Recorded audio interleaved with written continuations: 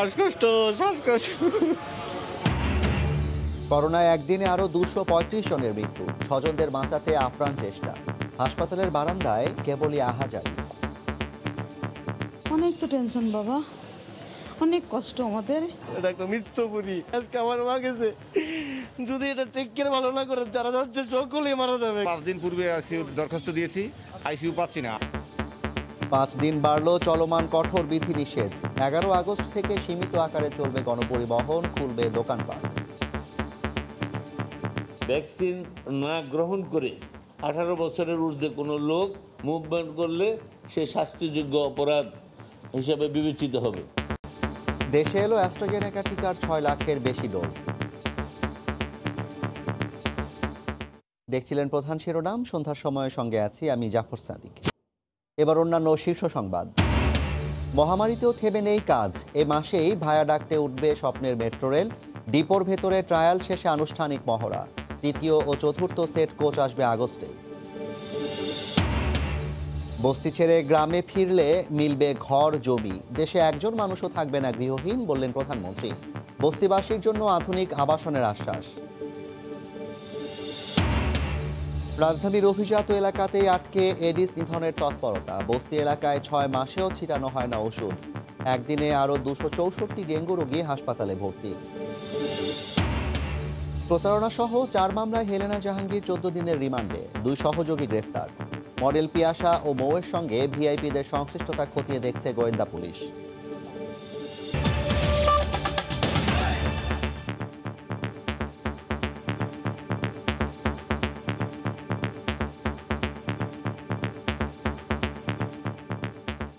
কোভিড-19-এর ভয়াবহতায় বিপর্যস্ত পুরো দেশ। কোনোভাবেই কমছে না মৃত্যুর মিছিল, সেই সঙ্গে বেড়েই চলেছে আক্রান্তের সংখ্যা।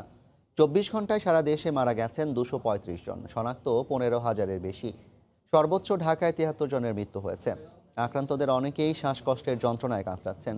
আইসিইউ পেতে দীর্ঘ অপেক্ষার প্রহর গুনতে হচ্ছে রোগী ও স্বজনদের। রিপোর্টার ও জেলা প্রতিনিধিদের পাঠানো তথ্য ছবিতে রিপোর্ট।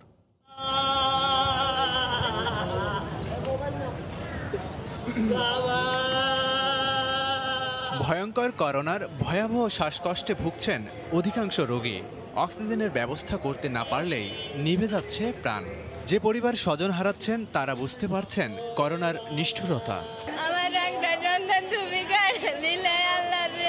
হাসপাতালগুলোতে আইসিইউ তো মিলছেই না, শয্যা নিয়েও চলছে হাহাকার। যারা পাচ্ছেন তাদেরও প্রতিটি মুহূর্তই কাটছে আতঙ্কে। অক্সিজেন আর একটু আগে দিতে পারলে হয়তো বাঁচতে যাইতো। আমার আম্মা মারা গেছে কোভিড, শ্বাসকষ্ট, মারা গেছে। আইসে কিছু করতে পারি না, হসপিটালাইজ করতে পারি না। শুরু থেকেই করোনায় সংক্রমণ আর মৃত্যুর জাল ছড়িয়ে আছে চট্টগ্রামে। ঢাকার পরেই সর্বোচ্চ মৃত্যু এই বিভাগে। 24 ঘন্টায় 65 জনের মৃত্যু হয়েছে।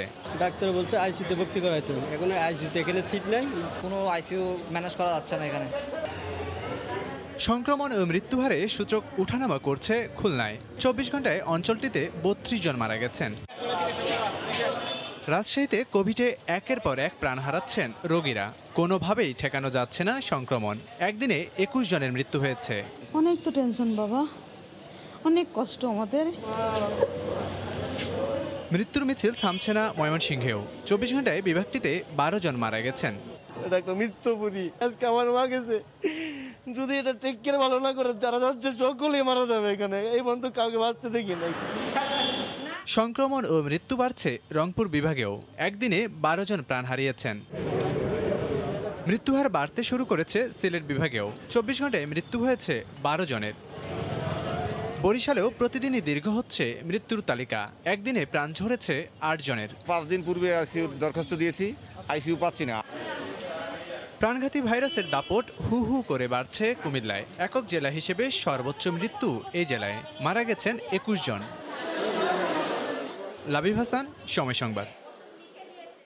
এদিকে আবারও বাড়ল কঠোর বিধিনিষেধ। 5 দিন বাড়িয়ে 10 আগস্ট পর্যন্ত বহাল থাকবে বিধিনিষেধ। 11 তারিখ থেকে সীমিত আকারে চলবে গণপরিবহন, খুলবে দোকানপাট। তবে টিকা নেওয়া ছাড়া যাওয়া যাবে না কর্মস্থলে। দুপুরে সচিবালয় আন্তঃমন্ত্রণালয় বৈঠকে সিদ্ধান্ত নেওয়া হয়। 7 আগস্ট থেকে এক সপ্তাহে সারা দেশের ওয়ার্ড পর্যায়ে 14,000 কেন্দ্রে 1 কোটি মানুষকে টিকা দেওয়া হবে। ঈদের ছুটির পর 14 দিনের চলমান কঠোর বিধিনিষেধ চললেও 1 আগস্ট থেকে খুলে দেওয়া হয়েছে রপ্তানিমুখী শিল্প কারখানা। এর ফলে ছুটিতে থাকা লাখ লাখ শ্রমিক কর্মচারী ঢাকামুখী হওয়ায় সব বিধিনিষেধ ভেঙে পড়ে, সড়কে বেড়ে যায় মানুষ ও যান চলাচল। আপনারা জানেন, এ অবস্থায় সংক্রমণ ঠেকানোর পাশাপাশি চলমান বিধিনিষেধ নিয়ে করণীয় ঠিক করতেই সচিবালয়ে বসে এ সংক্রান্ত এক আন্তঃমন্ত্রণালয় সভা। মন্ত্রিসভার সিনিয়র সদস্য মুক্তিযুদ্ধ বিষয়ক মন্ত্রী আকম মোজাম্মেল হকের সভাপতিত্বে বৈঠক অনুষ্ঠিত হয়। চলমান বিধিনিষেধ আরও 5 দিন বাড়ানোর কথা জানিয়ে মুক্তিযুদ্ধ বিষয়ক মন্ত্রী বলেন, 11 আগস্ট থেকে অফিস আদালত, দোকানপাট ও গণপরিবহন খুলে দেওয়া হবে, তবে করোনা টিকা ছাড়া বাইরে চলাচল করা যাবে না। 10 তারিখ পর্যন্ত আমরা বৃদ্ধি করেছি, 11 তারিখ থেকে ইনশাল্লাহ খুলবে। অন্যান্য শিল্প কলকারখানাও আমরা খুলে দিচ্ছি, যানবাহনও চলবে সব একত্রে না, বাই রোটেশন। ভ্যাকসিন না গ্রহণ করে কেউ কোনো কর্মস্থলে আসতে পারবে না। 18 বছরের ঊর্ধ্বে কোনো লোক মুভমেন্ট করলে সে শাস্তিযোগ্য অপরাধ হিসাবে বিবেচিত হবে। বৈঠক শেষে স্বাস্থ্যমন্ত্রী জানান, 7 আগস্ট থেকে এক সপ্তাহে দেশের 14,000 সেন্টারে 1 কোটি মানুষকে টিকা দেওয়া হবে।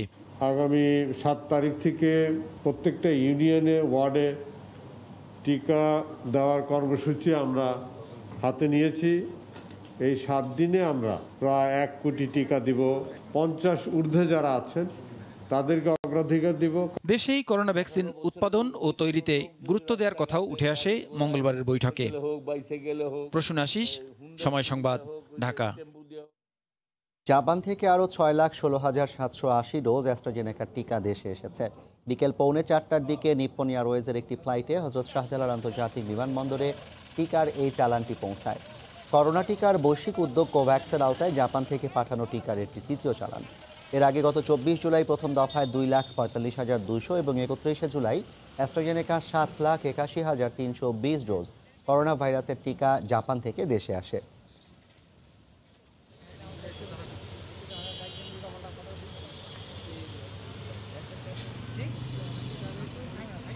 16,43,100 ডোজ ভ্যাকসিন গ্রহণ করেছি। আমরা আশা করি অ্যাস্ট্রাজেনেকার জন্য যারা অপেক্ষা ছিলেন, এই অপেক্ষার করতে হবে না, তাদেরকে আমরা ভ্যাকসিনটি দিয়ে দিতে পারবো। আমাদের জাপানের যে অ্যাম্বাসেডর, তিনি জানিয়েছেন আগামীতে হয়তো আরও অ্যাস্ট্রাজেনেকা ভ্যাকসিন ওনারা বাংলাদেশকে দেবেন। অ্যাস্ট্রাজেনেকার টিকা নেওয়ার পর অ্যান্টিবডি তৈরি হলেও একসময় তা ধীরে ধীরে কমতে থাকে। প্রাথমিকভাবে এমন তথ্য পাওয়া গেছে বঙ্গবন্ধু শেখ মুজিব মেডিকেল বিশ্ববিদ্যালয়ের গবেষণায়। তবে গবেষণা বলছে অ্যান্টিবডির উপস্থিতিতে পরিবর্তন এলেও কখনো তা সুরক্ষা সীমার নিচে নামবে না। ফারুক ভূঁইয়া, রবিনের রিপোর্ট। ভারতের সেরাম ইনস্টিটিউটে উৎপাদিত অক্সফোর্ড অ্যাস্ট্রাজেনেকার টিকার মাধ্যমে শুরু হয়েছিল বাংলাদেশে কোভিড টিকা কার্যক্রমের যাত্রা। দেশে এখন পর্যন্ত 58 লাখ মানুষ এসেছেন অ্যাস্ট্রাজেনেকার আওতায়, যাদের 43 লাখ পেয়েছেন দ্বিতীয় ডোজও। অ্যাস্ট্রাজেনেকার টিকার উপর সম্প্রতি বঙ্গবন্ধু শেখ মুজিব মেডিকেল বিশ্ববিদ্যালয়ের গবেষণায় দেখা গেছে টিকা নেয়া 98% দেহেই তৈরি হয়েছে অ্যান্টিবডি বা প্রতিরোধ ক্ষমতা। অ্যান্টিবডি তৈরিতে বিভিন্ন জটিল রোগও কোনো বাধা হচ্ছে না। তবে প্রতিরোধ ক্ষমতা কতদিন থাকে তা নিয়ে চলছে গবেষণা। বঙ্গবন্ধু মেডিকেল বিশ্ববিদ্যালয়ের গবেষণায় দেখা গেছে এক পর্যায়ে ধীরে ধীরে কমতে থাকে অ্যান্টিবডি। টিকা গ্রহণের 1 মাস পর থেকেই দেখা যায় নিম্নমুখী প্রবণতা। তবে গবেষকদের অভয়, অ্যান্টিবডির উপস্থিতিতে পরিবর্তন এলেও কখনো তা সুরক্ষা সীমার নিচে নামার তথ্য পাওয়া যায়নি গবেষণায়। তারা এই সময়ের মধ্যে যে সাবক্লিনিক্যাল কোনো ইনফেকশন হচ্ছে কিনা তা তো আমরা বলতে পারবো না। কমে যাচ্ছে, কিন্তু সেটি এমন না যে কমে গিয়ে তার সুরক্ষা দেবে না, সেটা নিচে নেমে এসেছে, এরকম আমরা একজনও পাইনি। এইটা কেন এইভাবে ফ্লাকচুয়েট করতেছে, সেটা যে ফার্দার যে গবেষণা এবং কাজের দরকার আছে। টিকার কার্যকারিতা ধরে রাখতে বুস্টার ডোজ প্রয়োগের বিষয়েও গবেষণার প্রয়োজন বলে মনে করেন বিশেষজ্ঞরা। আমাদের দেশের যদি 60 to 70% ভ্যাকসিনেটেড করতে পারি তাহলে আমরা কিন্তু হার্ট ইমিউনিটি অর্জন করতে পারবো। কিন্তু এই যে অ্যান্টিবডিটা শরীরে কতদিন থাকবে, এটা আমাদের গবেষণার দরকার। পরবর্তী পর্যায়ে বুস্টার ডোজের ব্যাপারে আমাদের রিকমেন্ডেশন প্রয়োজন। বুস্টার ডোজটা 1 বছর পর নেব, প্রতি বছর নেব, ফার্দার স্টাডির দরকার আছে। দেশে অ্যাস্ট্রাজেনেকা, ফাইজার, মডার্না ও সিনোফার্মের প্রথম ডোজ প্রয়োগ হয়েছে 94 লাখ মানুষের দেহে। এর মধ্যে 2 ডোজ করে পেয়েছেন প্রায় 44 লাখ টিকা গ্রহীতা। ফারুক ভূঁইয়া, রবিন, সময় সংবাদ, ঢাকা। রাজধানীতে এডিস মশা নিধনের সব তৎপরতা অভিজাত এলাকাতেই। বস্তিতে 6 মাসেও ছিটানো হয় না ওষুধ। মশার উৎপাতে অতিষ্ঠ বস্তিবাসী বলছেন, জ্বর হলে হাসপাতালেও যান না তারা। এদিকে সবশেষ 24 ঘন্টায় হাসপাতালে ভর্তি হয়েছেন 264 ডেঙ্গু রোগী। হাসপাতাল থেকে আক্রান্তদের তথ্য নিয়ে এলাকা ভিত্তিক র্যাপিড অ্যাকশন নেওয়ার কথা জানালেন মেয়র আতিক। প্রতিদিনই যেখানে রেকর্ড ছাড়াচ্ছে ডেঙ্গু রোগীর সংখ্যায়, সেখানে রাজধানীর বিভিন্ন এলাকায় আবাসিক বা নির্মাণাধীন ভবনে অহরহই মিলছে এডিস মশার লার্ভা। তবে ডেঙ্গুর প্রকোপের সঙ্গে তাল মিলিয়ে এডিসের লার্ভা ধ্বংসে ছিটানো হচ্ছে না ওষুধ। নগরবাসী বলছেন, এলাকায় মেয়র এলে 3-4 মাসে 2-1 বার মহল্লার মূল সড়কে ওষুধ দেওয়া হয়। আর বস্তিবাসীর দাবি, গত 8-10 মাসেও মশার উৎপাত থেকে রক্ষায় ওষুধ পাননি তারা। ধোঁয়া টোমা সব বড় মেশিন আসে না, এমনি যে স্ক্রিনে সিরিজ দেয়, অন্ধারা যায়, রাস্তাতে যায়, উপর দিয়ে আসে, উপর দিয়ে যায়, নিচে এলাকায় নামে না। মশা লিয়ে খারণ যায়, খারিলি তো মশাই দিয়ে নে খারণ হিনি কামড়ানি শুরু করে। প্রতিটা ড্রেনে ওষুধ ছাড়িয়া দেখ 20 মশা থাকবো না। দেশে ওষুধ দেয় আমি দেখিনি, আমি তো ওখানেই থাকি, আজকে 7 বছর ধরে থাকি ওখানে। মেন রাস্তাতে দেয়, কিন্তু ওদিকে না, ওদিকে দেন। এদিকে তো ডেঙ্গুর অবস্থা অনেকই, বিকালটা হলে অনেক মশা, অনেক রিক্সি তো আছে এখানে, কোনো ব্যবস্থা নেই। মাসে 2 মাস 3 মাস পর ওষে দেয় না, অল্প দিয়ে চলে যায়, ওই সাইডে দেয়। 6 মাসের উপরে হবো, 6 মাস আগে বোধহয় একবার ওষুধ দিছে। তারা বলছেন, জ্বরের চিকিৎসা নিতে হাসপাতালেও যাওয়া হয় না বেশিরভাগ সময়। বেশিরভাগ নিম্নস্থলীয় লোক তো টুকটাক কারো জ্বর সর্দি আসলে এরা মনে করেন টুকটাক হসপিটালে তো যাইতে পারে না, ফার্মেসি থেকে টুকটাক ওষুধ আইনা চলে। তবে উত্তরের মেয়র বলছেন, ওয়ার্ড ভিত্তিক 10টি করে কমিটি করে দেওয়া আছে। এছাড়া ডেঙ্গু বিশেষায়িত হাসপাতালগুলো থেকে রোগীদের ঠিকানার তালিকা দিলে সেসব এলাকায় ডেঙ্গু নির্মূলে র্যাপিড অ্যাকশন নেবেন বলেও জানান তিনি। প্রত্যেকটি ওয়ার্ডে কাউন্সিলর থেকে শুরু করে সিটি কর্পোরেশন স্টাফ যারা আছেন, তারা কিন্তু প্রত্যেকে কিন্তু যোগাযোগ কিন্তু করছে। যদি কেউ যদি করে না থাকে, সেই তথ্য যদি আমাদের কাছে আসে, ডেফিনেটলি আমরা সেটা দেখব। যদি কোনো অঞ্চলে বাদ থাকে, একটি ওয়ার্ডকে আমরা যখন 10টি অঞ্চলে ভাগ করেছি, তখন ওখানে আমরা যা পেনিট্রেট করার চেষ্টা করছি আমরা, এবং এটি অব্যাহত থাকবে। যেসব এলাকাতে বস্তিরা থাকেন, ওই এলাকা কিন্তু বস্তিতে কিন্তু টিম আছে, কিন্তু এটাও কিন্তু সামাজিকভাবে এগিয়ে আসতে হবে। তবে ডেঙ্গু নির্মূলে নগরবাসীর সচেতনতার কোনো বিকল্প নেই বলে জানান মেয়র আতিক। মাহমুদ রাকিব, সময় সংবাদ, ঢাকা। দেশের কেউই গৃহহীন থাকবে না জানিয়ে প্রধানমন্ত্রী শেখ হাসিনা বলেছেন, বস্তিবাসীদের জন্য স্বল্প ভাড়ায় আধুনিক ফ্ল্যাটে আবাসনের ব্যবস্থা করা হবে। তবে বস্তিবাসীরা গ্রামে ফিরতে চাইলে তাদের দেয়া হবে জমিসহ বাড়ি। সকালে গণভবন থেকে ভিডিও কনফারেন্সে গণপূর্ত মন্ত্রণালয়ের বেশ কিছু প্রকল্প উদ্বোধন করে একথা বলেন তিনি। এ সময় প্রত্যেক জেলায় সমন্বিত সরকারি ভবন নির্মাণ করা হবে বলেও ঘোষণা দেন সরকার প্রধান। ঘনবসতির রাজধানীতে ভাসমান মানুষের ঠাঁই হয় বস্তিতে। তাদের জন্য অস্বাস্থ্যকর পরিবেশে কোনো রকমে টিকে থাকার নামই জীবন।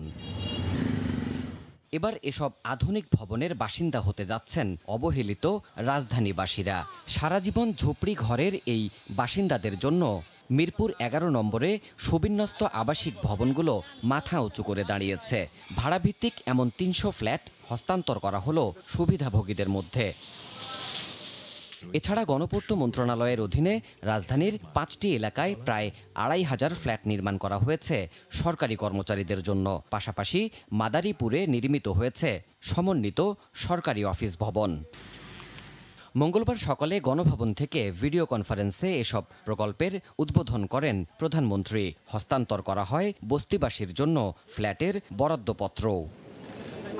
শেখ হাসিনা বলেন, তৃণমূলের মানুষের জীবনমান উন্নয়নে জাতির পিতার লক্ষ্য অনুসরণ করেই কাজ করছে সরকার। পর্যায়ক্রমিকভাবে আমি চাই আমরা এই ব্যবস্থাটা নেব, কিন্তু তাদের ভাড়া দিয়ে থাকতে হবে।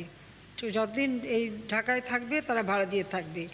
আর যারা নিজের গ্রামে ফিরতে চান, যদি কারো জমি না থাকে, তো জমি সহ আমরা ঘর দেব। আমাদের আশ্রয়ণ প্রকল্প 2-এর মাধ্যমে আমরা সেটা দিচ্ছি। সেই সাথে সাথে ঋণ পাবেন এবং সেখানে কাজ করার সুযোগ পাবেন, এবং প্রয়োজনে 6 মাসের খাবার আমরা বিনামূল্যে দেব। জেলা শহরে সরকারি সব সেবা পেতে বিদ্যমান দপ্তরগুলোকে এক ছাদের নিচে নিয়ে আসার নির্দেশনাও দেন সরকার প্রধান। জেলা ভিত্তিক বিভিন্ন কর্মকাণ্ড বৃদ্ধি পেয়েছে। জনগণ যেন একবারে এক জায়গায় যে সব ধরনের সরকারি সেবা পেতে পারে, সেই সুযোগটা করে দেওয়া। এক জায়গায় বসে তার সব কাজগুলি করে আসতে পারবেন, একটা সমন্বয় থাকবে, পাশাপাশি আমার জমিরও সাশ্রয় হবে। এছাড়া পর্যায়ক্রমে দেশের সব জেলা উপজেলায় সমন্বিত সরকারি অফিস ভবন নির্মাণ করে দাপ্তরিক সুবিধার পাশাপাশি কর্মচারীদের আবাসন নিশ্চিত করা হবে বলেও জানান প্রধানমন্ত্রী। যে বাংলাদেশে একটি মানুষ গৃহহারা থাকবে না। দেবাশিস রায়, সময় সংবাদ, ঢাকা। ডিপোর ভেতরে ট্রায়াল শেষে চলতি মাসেই ভায়াডাক্টে উঠবে দেশের প্রথম মেট্রো রেল। এই পর্ব শেষে আনুষ্ঠানিক ট্রায়ালে যাবে মেট্রো রেল। প্রকল্পের ব্যবস্থাপনা পরিচালক জানিয়েছেন, জুলাই শেষে দেশের প্রথম মেট্রো রেলের সার্বিক অগ্রগতি প্রায় 70%। রাশেদ লিমনের রিপোর্ট। ছোট্ট পরিসরে হলেও টেস্ট রানের আনুষ্ঠানিকতা প্রথম কোচ দিয়েই সেরে নিয়েছে কর্তৃপক্ষ। এর পরের ধাপ ডিপোর ভিতরে ট্রায়াল রানের কাজ এখন শেষ পর্যায়ে। প্রকল্পের ব্যবস্থাপনা পরিচালক বলছেন, এই ধাপের পরেই চলতি আগস্টেই ভায়াডাক্টে উঠবে স্বপ্নের মেট্রো রেল, আর সেটি ঠিকঠাক হলেই হবে আনুষ্ঠানিক ট্রায়াল রান। এক একটা লাইনের ফাংশন এক এক রকম, সেই লাইনগুলোর যে টেস্ট, সেই লাইনগুলোর টেস্ট আমরা প্রায় শেষের দিকে আসছে।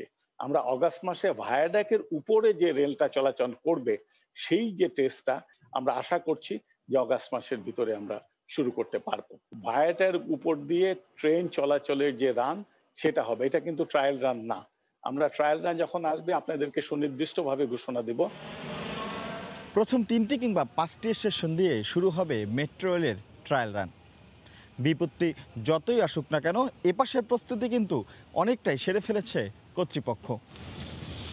প্রথম 9টি স্টেশনের অবকাঠামো প্রায় শেষ। প্রথম 5টিতেই বসেছে শেড, 3টিতে বসানো হয়েছে চলন্ত সিঁড়িও। জুলাই শেষে সার্বিক অগ্রগতি প্রায় 70%। প্রথম পর্যায়ে নির্মাণের জন্য যে অগ্রগতি, সেটা 87.80%, এবং দ্বিতীয় পর্যায়ে যে পূর্ত কাজের অগ্রগতি, এটা 65.48%, এবং আমাদের ইএনএম সিস্টেমের এবং রোলিং স্টকের যে অগ্রগতি, এটা 59.48%। এই আগস্টেই তৃতীয় ও চতুর্থ কোচের সেট দিয়াবাড়ির ডিপোতে এসে নোঙর করবে বলেও জানিয়েছেন মেট্রো রেল কর্তৃপক্ষ। রাশেদ লিমন, সময় সংবাদ, ঢাকা। এই মুহূর্তে মিরপুর শেরি বাংলা স্টেডিয়ামের সামনে আছেন রিপোর্টার হুমায়ুন কবির রোজ। বিস্তারিত জানতে সরাসরি চলে যাচ্ছি তার কাছে। রোজ। জাফর, ধন্যবাদ আপনাকে। এখন পর্যন্ত বাংলাদেশের খেলা, বাংলাদেশের ব্যাটিংয়ের আর মাত্র কয়েকটা ওভার হাতে গোনা বাকি আছে। এখন পর্যন্ত কিন্তু বাংলাদেশের স্কোর বোর্ড সেভাবে সমৃদ্ধ হয়নি। টি-20 ক্রিকেট বিশ্বভরের ম্যাচ, ওভার প্রতি রান রেট আসলে সচরাচর দেখা যায় 7-8 করে স্টার্টিংয়ে থাকে, তারপর রান রেটটা আরও খুব ভালো হয়। কিন্তু 16 ওভার পর্যন্ত আমরা দেখেছি বাংলাদেশের স্কোর কিন্তু আসলে ওভার প্রতি 6 নিতে পারেনি। বাংলাদেশ পাওয়ার প্লের 6 ওভারে, যেখানে আসলে 2জন ফিল্ডার বৃত্তের বাইরে থাকেন, তখন আসলে 1 উইকেটের বিনিময়ে 33 রান স্কোর বোর্ডে তুলেছিলেন, এবং 10 ওভার শেষে বাংলাদেশের স্কোর ছিল কিন্তু আসলে 58। তখনও কিন্তু বাংলাদেশের স্কোরটা 6-এর ঘরে যায়নি। প্রতি ওভারে 15 ওভার শেষে বাংলাদেশের স্কোর কিন্তু 88 রান ছিল। তো শুরু থেকে আসলে অস্ট্রেলিয়া টস জিতে বাংলাদেশকে ব্যাটিংয়ে পাঠানোর যে পরিকল্পনা ছিল, উইকেট নিয়ে যা তাদের কাছে যে একটা ধাঁধা ছিল, এর আগে কিন্তু গতকালকে পর্যন্ত অনেকটা আসলে হোম গ্রাউন্ডের যে সুবিধা থাকে সেই বিষয়ে বোঝানো হয়েছে অনেক সময় যে 3 নম্বর উইকেটে খেলা হবে। আসলে খেলা হচ্ছে কিন্তু 5 নম্বর উইকেটে।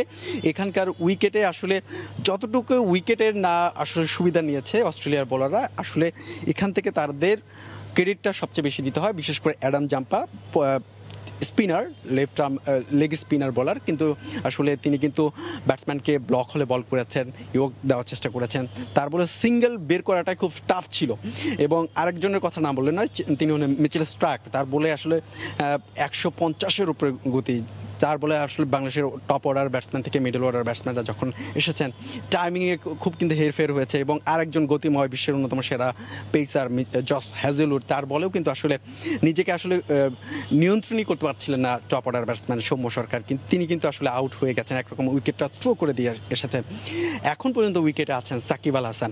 এইরকম উইকেটে বাংলাদেশ যদি 160+ 160 বা 150 রানের উপরেও তোলে, তখন কিন্তু আসলে বাংলাদেশের যে বোলিং অ্যাটাকটা আছে সেটা আসলে ফাইট করার মতন। কিন্তু বাস্তবিক অর্থে এখন পরবর্তী 3 ওভার বাংলাদেশের ব্যাটসম্যানরা কতটুকু আসলে স্কোরটা সমৃদ্ধ করতে পারেন, এটা খুবই চ্যালেঞ্জিং হয়েছে। কারণ টপ অর্ডারের ব্যাটসম্যান এবং মিডল অর্ডারের ব্যাটসম্যানরা যেভাবে আসলে রান রেটটা সচল রাখার কথা ছিল, সেটা সচল করতে পারেনি বিধায় আসলে এখন যারা ব্যাটিংয়ে আছেন, উইকেটে আছেন, তাদের কাছে এই বিষয়টা আসলে চাপের হয়ে গেছে। তারপরে আসলে ফিনিশিং টাচে 2-3 ওভারে সাকিব বা শামীম, আফিফ আছেন, মাহাদি আছেন, তারা কতটুকু কার্যকরী ভূমিকা রাখতে পারে সেটাও একটা বড় প্রশ্ন। তারপরেও যদি স্কোর বোর্ডে 100 থেকে 150 রান তোলা যায় তবে কিন্তু অস্ট্রেলিয়াকে চ্যালেঞ্জ আনানো যাবে। এখন দেখবার বিষয় যে স্কোরটা আসলে বাংলাদেশের ব্যাটসম্যানরা প্রথম ইনিংসে কোথায় নিয়ে ঠেকায়। তো জাফর, এই ছিল আমার কাছে সর্বশেষ, ফিরছে আপনার কাছে। বাংলাদেশ অস্ট্রেলিয়ার প্রথম টি-20 ম্যাচের খবর জানাতে মিরপুর শেরি বাংলা ক্রিকেট স্টেডিয়াম থেকে যুক্ত হয়েছিলেন সহকর্মী হুমায়ুন কবির। দেশে বিদেশে জয়যাত্রা টিভির প্রতিনিধি নিয়োগের নামে হেলেনা জাহাঙ্গীরের চাঁদাবাজির প্রমাণ পেয়েছে র্যাব। এছাড়া সংবাদ প্রকাশের জন্য নিতেন মাসিক চাঁদা, সেই টাকা সঞ্চয় করা হতো সন্তানদের নামে। হেলেনার 2 সহযোগী বিষয়টি স্বীকার করেছে বলে জানিয়েছে র্যাব। এদিকে মাদক, ডিজিটাল নিরাপত্তা আইন সহ আলাদা 4 মামলায় হেলেনার 14 দিনের রিমান্ড মঞ্জুর করেছেন আদালত। গ্রেফতারের সময় ক্যামেরার সামনে হাত নেড়ে হাস্যোজ্জ্বলভাবে বের হয়ে যান হেলেনা জাহাঙ্গীর। 3 দিনের রিমান্ড শেষে মঙ্গলবার কোর্টে যখন হাজির করা হয় তখন তিনি টিভি ক্যামেরা দেখেই যেন মুখ লুকানোর চেষ্টা। এদিন হেলেনা জাহাঙ্গীরকে 4 মামলায় ফের 14 দিনের রিমান্ডে পাঠান আদালত। রাষ্ট্রপক্ষ বলছে রাষ্ট্রের বিরুদ্ধে ষড়যন্ত্রে লিপ্ত ছিল সে। মন্ত্রীদের বিরুদ্ধে, রাষ্ট্রের গুরুত্বপূর্ণ ব্যক্তিদের বিরুদ্ধে সে অসৌজন্যমূলক বক্তব্য দিয়েছে, মানহানিকর বক্তব্য দিয়েছে এবং সন্ত্রাসী কর্মকাণ্ডের সাথে সে জড়িত এই ধরনের লোকজনের সাথেও সে তার ফেসবুকে আইডিতে সেই সমস্ত কথাবার্তা অনেক বলেছে। মঙ্গলবার 2 থানার 4 মামলায় 2 দফা তাকে বিচারকের সামনে হাজির করা হয়। পুরোটা সময় বিমর্ষ দেখা গেছে তাকে, নিশ্চুপ ছিলেন কাঠগড়ায়। তার আইনজীবী বলছেন শারীরিকভাবে অসুস্থ হলেও মানসিকভাবে ভেঙে পড়েননি তিনি। তার সুনামক্ষণ্ণ, তার রাজনৈতিক ক্যারিয়ার নষ্ট করার জন্য, তাকে রাজনৈতিকভাবে ধ্বংস করার জন্য এই মকদ্দমাটা, স্বাস্থ্যগতভাবে সে দুর্বল হয়ে পড়ছে, মানসিক তার কোনো ত্রুটি নাই। এদিকে দেশে বিদেশে জয়যাত্রা টিভির প্রতিনিধি নিয়োগের নামে লাখ লাখ টাকা হাতিয়ে নেওয়ার তথ্য পেয়েছে র্যাব। সেই টাকা রাখা হতো সন্তানদের নামে। গ্রেফতার হেলেনার 2 সহযোগী বিষয়টি স্বীকার করেছেন বলে জানিয়েছে সংস্থাটি। এই ফাউন্ডেশনে বর্তমানে 50 লক্ষ টাকা জমা রয়েছে। এই সংগঠনে বিভিন্ন অর্থ হেলেনা জাহাঙ্গীরের সন্তানদের নামে সঞ্চয় করে রাখা হয়েছে। গত 29 জুলাই রাতে গুলশানের বাসা থেকে হেলেনা জাহাঙ্গীরকে গ্রেফতার করে র্যাব। আটকের সময় তার বাসা থেকে বিপুল পরিমাণ মদ পাওয়া যায়। এছাড়া ক্যাসিনো সরঞ্জাম ও হরিণের চামড়াও মিলেছে তার বাসা থেকে। আফজাল হোসেন, সময় সংবাদ, ঢাকা। মাদক মামলায় গ্রেফতার মডেল পিয়াসা ও মৌয়ের সঙ্গে ভিআইপিদের সংশ্লিষ্টতা খতিয়ে দেখছে গোয়েন্দা পুলিশ। এই 2 মডেলকে ব্যবহার করে সংঘবদ্ধ অপরাধের বিষয়টিও তদন্ত করছেন তারা। বিশ্লেষণ করা হচ্ছে পিয়াসা ও মৌয়ের বাসা থেকে উদ্ধার হওয়া সিসিটিভি ফুটেজ ও আলামত। রাজধানীর বারিধারা ও মোহাম্মদপুরে গোয়েন্দা পুলিশের অভিযানে 2 মডেল ফারিয়া মাহবুব পিয়াসা ও মৌ আক্তারের গ্রেফতারের ঘটনায় গোয়েন্দা পুলিশের তদন্তে এসেছে নতুন মোড়। 2 মডেলকে ব্যবহার করে সংঘবদ্ধ ব্ল্যাকমেইলিংয়ের নৈপথ্যের রাঘব বোয়ালদের খুঁজছে আইনশৃঙ্খলা বাহিনী। এদেরকে কারা এই পেশা আনার পিছনে কারা কাজ করেছে, প্যাট্রনাইজ করেছে এবং নিশ্চয়ই কোনো ভিআইপি ব্যক্তিবর্গ রয়েছে যে তাদেরকে এই রাতের পার্টিতে এনে বিভিন্ন সঙ্গ দেওয়া কাজগুলি করছে। আমরা এগুলি ক্ষতি দেখছি, আমরা সিসিটিভিগুলি দেখব, আমরা মোবাইলগুলি করছি। একই সাথে 2 মডেলের সম্পদ ও আয়ের উৎস খতিয়ে দেখা হচ্ছে। তারা যে মার্সিডিজ বা BMW গাড়ি ইউজ করেন, 5000 স্কোয়ারের বাসাতে একা থাকেন, সেখানে বসে তারা একটা মদের ভার, তারা লাউঞ্জ, শিশার বার, এটার উৎসটা কোথায়? সাম্প্রতিক সময়ে রাজধানীর বিভিন্ন অভিজাত এলাকায় এ ধরনের অপরাধ বাড়ছে বলেও জানান এই পুলিশ কর্মকর্তা। আইন শৃঙ্খলা বাহিনীর কাছে বাড়িওয়ালা, ফ্ল্যাটওয়ালা বা বিভিন্ন ব্যক্তিবর্গ অভিযোগ করছে, সেই কারণে আমরা অভিযোগগুলি খতিয়ে দেখছি। পিয়াসা ও মৌয়ের বাসায় পাওয়া মার্জিয়া মুমু, সময় সংবাদ, ঢাকা। সন্ধ্যার সময় আরও থাকছে। পানির নিচে ভারতের রাজধানী নয়াদিল্লি, টানা বৃষ্টিতে ডুবে গেছে নিচু এলাকা, দুর্ভোগে বাসিন্দারা। উত্তরপ্রদেশে বন্যা পরিস্থিতির অবনতি। বিএনপি বড় দল, ঢাকা মহানগরের নতুন কমিটি নিয়ে তাই কারো কারো ক্ষোভ থাকাটা স্বাভাবিক বলে মন্তব্য করেছেন দলটির মহাসচিব মির্জা ফখরুল ইসলাম আলমগীর। দুপুরে উত্তরায় নিজ বাসায় নতুন কমিটির সাথে মতবিনিময় শেষে তিনি এ কথা বলেন। এর আগে ঢাকা মহানগর উত্তর ও দক্ষিণের সভাপতি ও সদস্য সচিবরা মহাসচিবের বাসায় শুভেচ্ছা বিনিময় করতে যান। পরে নবগঠিত আহ্বায়ক কমিটির সদস্যরা কাউন্সিলের মাধ্যমে মহানগরের কার্যকরী কমিটি গঠনের ঘোষণা দেন। এ সময় বিএনপির মহাসচিব আশা প্রকাশ করে বলেন, নবীন প্রবীণের সমন্বয়ে গঠিত মহানগর কমিটি দেশের জনগণের আশা আকাঙ্ক্ষা প্রতিফলনে কাজ করবে। আহ্বায়ক কমিটি তারা অতি দ্রুত দলকে সুসংগঠিত করবে এবং একটি কাউন্সিলের মাধ্যমে নতুন কার্যকরী কমিটি গঠন করবে। একটা বিশাল রাজনৈতিক দল, সেই রাজনৈতিক দলে যখন কমিটি একটা তৈরি করা হয় সেখানে ছোটোখাটো দু একটা সমস্যা থাকতেই পারে। এই কমিটির মাধ্যমে বাংলাদেশের রাজনীতির একটা পরিবর্তন আসবে দেশের বেগম খালেদা জিয়ার মুক্তির জন্যে এবং দেশের গণতন্ত্র প্রতিষ্ঠার জন্য তারা তাদের ভূমিকা রাখতে সক্ষম হবে। যুক্তরাষ্ট্র থেকে বিপুল অঙ্কের বিদেশি বিনিয়োগ আসছে বাংলাদেশে, এমন আশার কথা ব্যক্ত করে শেষ হলো 4 ধাপের বিনিয়োগ বিষয়ক রোড শো। শেষ দিন ক্যালিফোর্নিয়ার সিলিকন ভ্যালিতে বক্তারা তুলে ধরেন বাংলাদেশে বিনিয়োগ করলে তারা কি কি সুবিধা পাবে সেই বিষয়গুলো। তুলে আনা হয় তথ্য প্রযুক্তি খাতে বিশাল সম্ভাবনার বিষয়টি। মার্কিন বিনিয়োগকারী ও ব্যবসায়ীরাও সন্তুষ্ট বাংলাদেশের ব্যাপারে। ক্যালিফোর্নিয়ার সিলিকন ভ্যালি থেকে সহকর্মী লস্কর আল মামুনের রিপোর্ট। দক্ষিণ এশিয়ার বিভিন্ন উন্নয়নশীল দেশের মধ্যে অর্থনৈতিকভাবে অনেকটাই ভালো অবস্থানে বাংলাদেশ।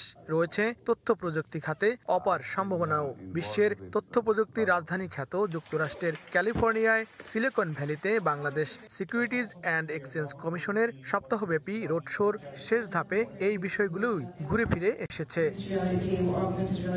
এবারের রোড শোতে সংযুক্ত আরব আমিরাতের দুবাইয়ের চেয়েও বেশি বিদেশি বিনিয়োগের আশ্বাস পাওয়া গেছে বলে জানিয়েছেন সংশ্লিষ্টরা।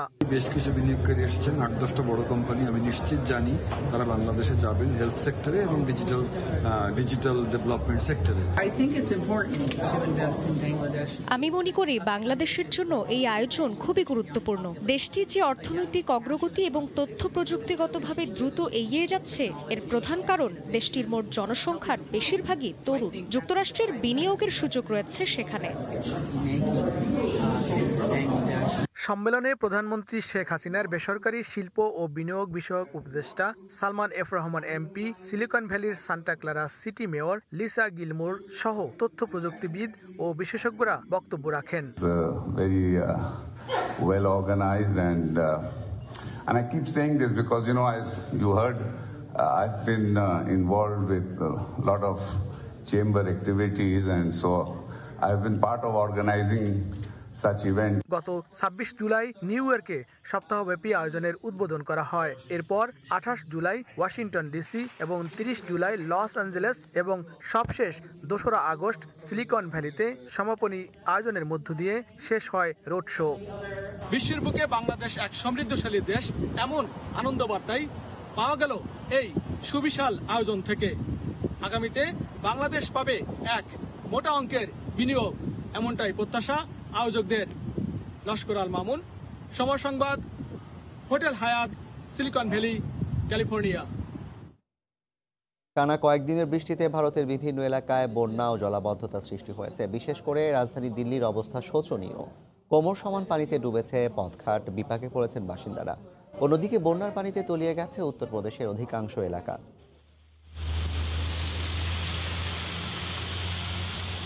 এই চিত্র ভারতের রাজধানী নয়াদিল্লির পথঘাটে থই থই করছে পানি। দিল্লিতে টানা কয়েকদিনের বৃষ্টিতে জলাবদ্ধতার সৃষ্টি হয়েছে। এতে বিপাকে পড়েছেন স্থানীয়রা। ব্যাহত হচ্ছে অফিস আদালতের কার্যক্রম। বেড়েছে যমুনা নদীর পানি। বাড়িঘরে পানি ঢুকে পড়ায় দুর্ভোগ পোহাচ্ছেন অনেকে। पानी ज्यादा बढ़ने लग गया। বৃষ্টির কারণে নদীর পানি বাড়ায় তলিয়ে গেছে নিচু এলাকা। ज्यादा हो गया नहीं तो पानी नीचे चले गया। बारिश की वजह से यहाँ तक पानी है। কোমর সমান পানিতে ডুবেছে দিল্লির অধিকাংশ এলাকা। যতই দিন যাচ্ছে পরিস্থিতি খারাপ হচ্ছে, এর কোনো সমাধান নেই। यहाँ कोई समाधान नहीं इसका। অভিজাত এলাকা দিল্লিতে এমন করুণ পরিস্থিতির জন্য কর্তৃপক্ষকে দায়ী করছেন স্থানীয়রা। মূলত বৃষ্টির পানি বের হতে না পারায় জমে থাকছে রাস্তায়। এই জন্য অপরিকল্পিত নগরায়নকে দুষছেন বিশেষজ্ঞরা। ভারতের উত্তরপ্রদেশের কানপুর সহ বিভিন্ন এলাকায় বন্যা দেখা দিয়েছে। বন্যা হচ্ছে আশপাশের অঞ্চলগুলোতেও। এতে চলতি বছরের কৃষি খাতে ব্যাপক ক্ষতির মুখোমুখি হতে হবে কৃষকদের। সৈয়দ ইফতেখার, সময় সংবাদ। এ পর্যায়ের শীর্ষ সংবাদ জানিয়ে দিচ্ছি আরেকবার। 5 দিন বাড়ল চলমান কঠোর বিধিনিষেধ। 11 আগস্ট থেকে সীমিত আকারে চলবে গণপরিবহন, খুলবে দোকানপাট। করোনায় একদিনে আরও 235 জনের মৃত্যু। মহামারীতেও থেমে নেই কাজ। এ মাসেই ভায়াডাক্টে উঠবে স্বপ্নের মেট্রো রেল। ডিপোর ভেতরে ট্রায়াল শেষে আনুষ্ঠানিক মহড়া। তৃতীয় ও চতুর্থ সেট কোচ আসবে আগস্টেই। এবং বস্তি ছেড়ে গ্রামে ফিরলে মিলবে ঘর জমি, দেশে একজন মানুষও থাকবে না গৃহহীন, বললেন প্রধানমন্ত্রী। বস্তিবাসীর জন্য আধুনিক আবাসনের আশ্বাস। এই ছিল সন্ধ্যার সময়, সঙ্গেই থাকুন সময়।